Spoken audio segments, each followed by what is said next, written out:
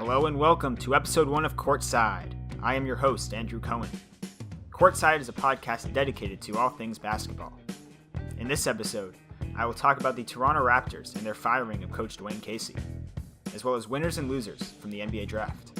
So sit back, relax, and enjoy.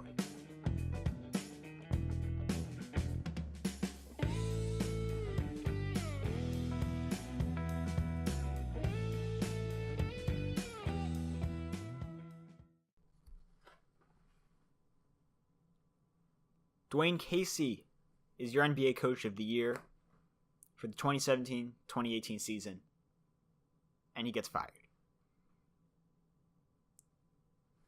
The Raptors basically had two options. They had to either fire the head coach or tear up the roster because, once again, they go up against LeBron James in the playoffs. And this is LeBron James' worst team in recent years, and this is the Raptors' best team in recent years, and the Raptors get swept. They had to do one or the other. They had to either fire the coach or tear up the roster. Now listen, here's my thing about firing head coaches, in really any professional sport. You have to be fairly confident that you can bring in somebody next year that's going to do at least as good of a job as the previous head coach. I didn't think there was a chance the Raptors could do that. Now listen, we'll see what their assistant coach Nick Nurse can do in the head coach position, but chances are it's not going to be much better. Keep in mind, he was an assistant coach under Dwane Casey. But I think they had to do it. I think they had to fire Coach Casey. If you're the front office, this is the first time your team is really making the playoffs consistently since around 2006, 2007. And both times then you lost in the first round. At least now you're making deep playoff runs and being competitive and being a championship contender. Quote, championship contender.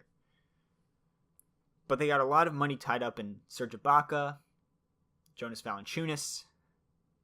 Now listen, Kyle Lowry and DeMar DeRozan are great players. I don't think either one is going to lead a team to an NBA championship. But at the end of the day, if you're that front office, this is a good team.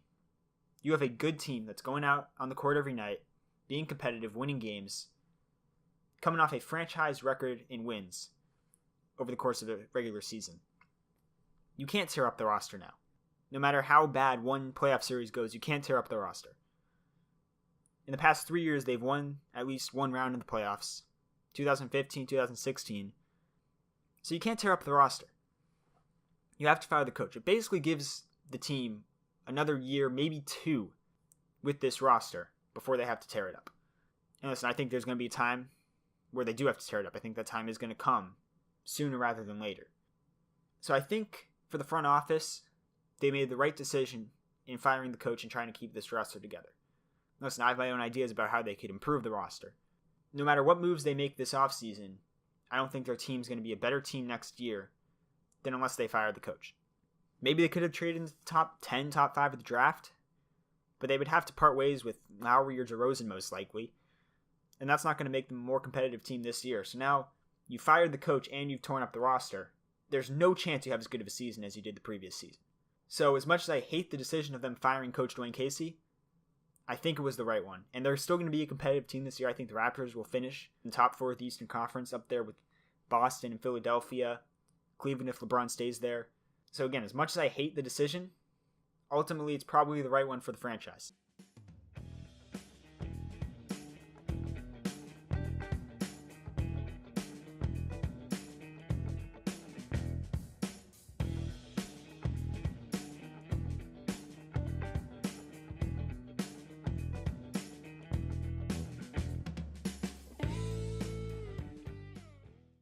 Let's talk about the NBA draft, shall we?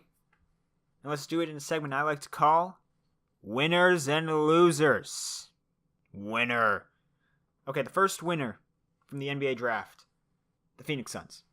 Listen, it's a pretty obvious one, but you get the number 1 pick, and I think they got a guy that has a great chance of being the best player out of this draft in DeAndre Ayton. I think he has a low bust potential. So now you have Devin Booker, Josh Jackson, and DeAndre Ayton. The Suns' future's looking bright. On top of this, later in the draft, they trade Zaire Smith, who I like, for Mikal Bridges, who I like even more. Played at college for a few years, won 2 national titles, good 3-and-D player, which is seemingly the prototypical NBA player nowadays. I think they did a really good job this draft. I think for the first time in a few years, I can legitimately say they made the right picks and the right trades on draft night. Loser. Okay, so the first loser that I'm going to talk about from this draft is the Atlanta Hawks. They had the 3rd pick in the draft, and with it, they decided to trade down to the number 5th pick with the Dallas Mavericks, and they received, in addition, a 2019 first-round pick, top 5 protected. And they draft Trae Young with the pick. Now listen, I like Trae Young. I think he has some potential, but I think there's a lot of question marks with him, especially when you had the chance to draft Luka Doncic, who, in my personal opinion, he's up there for best players in this draft, and I think he's going to be a superstar in this league. I mean, in the EuroLeague, at 19 years old, he won MVP, won a championship. I mean, most players that come over late in their careers didn't even do that. So I just have a hard time believing that by trading Luka Doncic for Trae Young, the Hawks made the right move. I think with Luka Doncic, you have a potential superstar. Listen, Trae Young could be a superstar, but with his height, I mean, listen, in college, he took more threes per game than twos, and he took about 19, 20 shots a game. His team barely made the tournament, and I remember back then there was a lot of question marks as to if Oklahoma should have made the tournament. They lose in the first round. It was a close game. He played well. But I don't think the Hawks made the right decision here. I mean, this is a trade where I think we'll look back on it in a couple years and be like, yeah, that was a bad trade. It set their franchise back even further into the rebuilding process. Winner. Okay, so going off that point, the next winner is the Dallas Mavericks. Anytime you come into the draft with the number 5 pick and you get arguably the best player in the draft, that's definitely a win. Automatically a win. I think Luka Doncic is a special talent, and to just give up a pick next year, top 5 protected, in a draft that everybody, a lot of the NBA experts will agree, is not as good as this year's draft, that's a great move. This Dallas team can be competitive this year with Luka Doncic, Dennis Smith Jr., Harrison Barnes. They think they have a pretty good shot at signing DeMarcus Cousins. So you have a team that, with one draft pick, one trade, could potentially move from a lottery team next year to contending for the bottom of the playoffs. And it will remain to be seen if they sign Cousins and if they can make a run at the playoffs. But anytime you have the 5th pick and get the best player in the draft, that's a guaranteed win. Loser. So the next loser in this NBA draft isn't a team, but rather a player, and it's Michael Porter Jr. Heading into the college season this past year, he was projected to be the standalone number 1 pick for the 2018 NBA draft. But he gets a serious back injury. He plays all but 3 games at the end of the season where he just did not look himself. And even coming to the draft, the experts are like, oh yeah, he'll go number 7 to the Bulls, number 8 to the Cavs, 9 to the Knicks. He dropped to 14th to the Denver Nuggets. I mean, first of all, yeah, he loses a lot of money, sure, but there has to be something really wrong with his back. I mean, we're hearing reports about him playing in the Summer League and, being pretty much back to health, and now we're hearing reports that he's not even going to play at all in the upcoming season. So there's definitely something wrong with his back. Hopefully it's not a serious injury, but it just shows how quickly one major injury can derail a promising player's career. And listen, I hope he turns out to be a really good player. I think he will turn out to be a really good player if he can stay healthy and if he can recover from this back injury. But it seems really serious. And to slip from number 1 to number 14 in the span of a year, that's that's a very massive drop. Winner.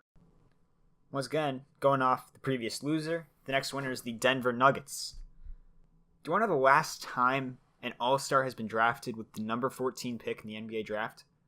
You have to go all the way back to 1996, when the Kings drafted Peja Stojakovic.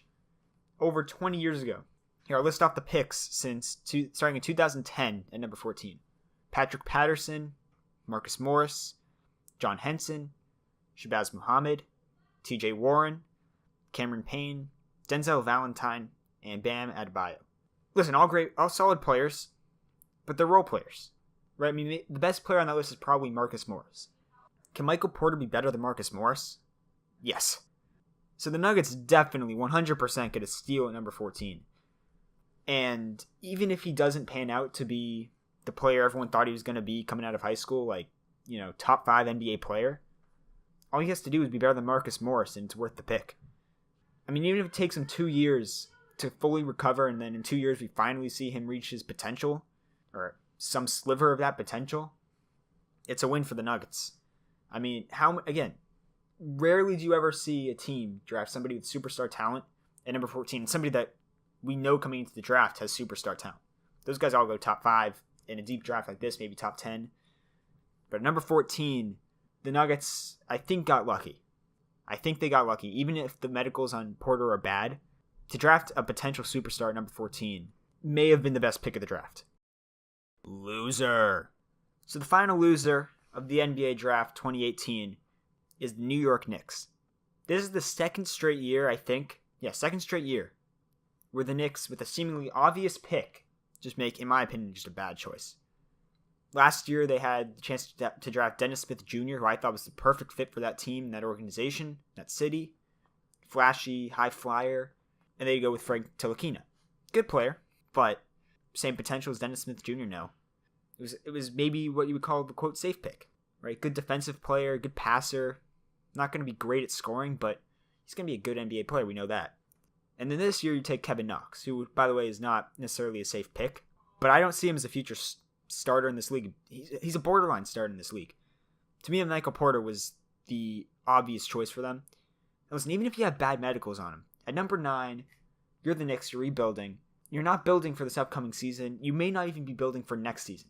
Drafting Michael Porter, having him sit out a bunch of games the next year, isn't bad for the New York Knicks. They can afford to do it. They're not going to be in a championship winning position in the next season to 2 seasons. So to draft Kevin Knox, who I'm not a huge fan of the player, just seems like a baffling decision to me. I mean, there were some mock drafts where he was at the end of the lottery going to maybe the Nuggets. Michael Porter was projected to go before the Knicks. And I'm watching him slip down, and when I saw the Knicks had the chance to draft him, like, oh, it's another obvious pick for them. But to draft Kevin Knox, I think they'll regret this one. Like, I think they'll regret not drafting Dennis Smith Jr. I think they're also going to regret not drafting Michael Porter and drafting Kevin Knox instead. Because I just don't think Kevin Knox is a future all-star, future star in this league.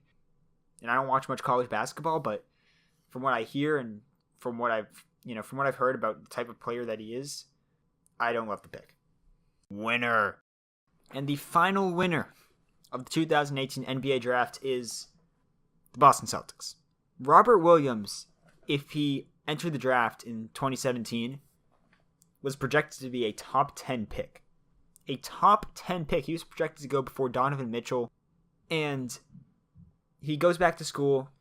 And at the end of this year, he's projected to be a lottery pick, end of the lottery. And he falls to number 27. He goes from a top 10 pick to number 27 in the span of 1 year. Just like when the Nuggets drafted Michael Porter, you don't expect to get a superstar at 14. You don't expect to get a lottery level talent, arguably a top 10 level talent at number 27. So the Boston Celtics, already going to be one of the best teams in the NBA next season, add another really solid player. And listen, there's questions about him off the court. There's questions about his motivation. He's suspended this year at A&M for a few games at the beginning of the season, although a bunch of players were. And, the thing is, the day after the draft, he sleeps through his introductory conference call. Okay, it's a little concerning. Supposedly there are potentially some iffy medicals on him and his knee, and maybe he's not in NBA shape. But if there's one place where I don't worry about a player being motivated, I think it's Boston. There was not a single player last year that I looked at and said, this player just doesn't want to win. Right? I mean, Marcus Smart, Terry Rozier, Jaylen Brown, Jason Tatum, all the players in the playoffs, that's why they were so good, is because they all had the motivation. They all wanted to win. There was no lack of motivation at all. And if there was any player with a lack of motivation, they'd get benched. Or maybe Greg Monroe had a lack of motivation a little bit to win. Benched. Barely played in the playoffs. Played in the first couple games, the first round, and he was done. So I'm not worried about a player coming to Boston and not being motivated to win. Every other player, Robert Williams will be surrounded by players with a really high motor, right? Especially if Marcus Smart comes back. So this is, to me, the Celtics may have had one of the best drafts of any team, and they were drafting at number 27. So they may have had the biggest win of the draft.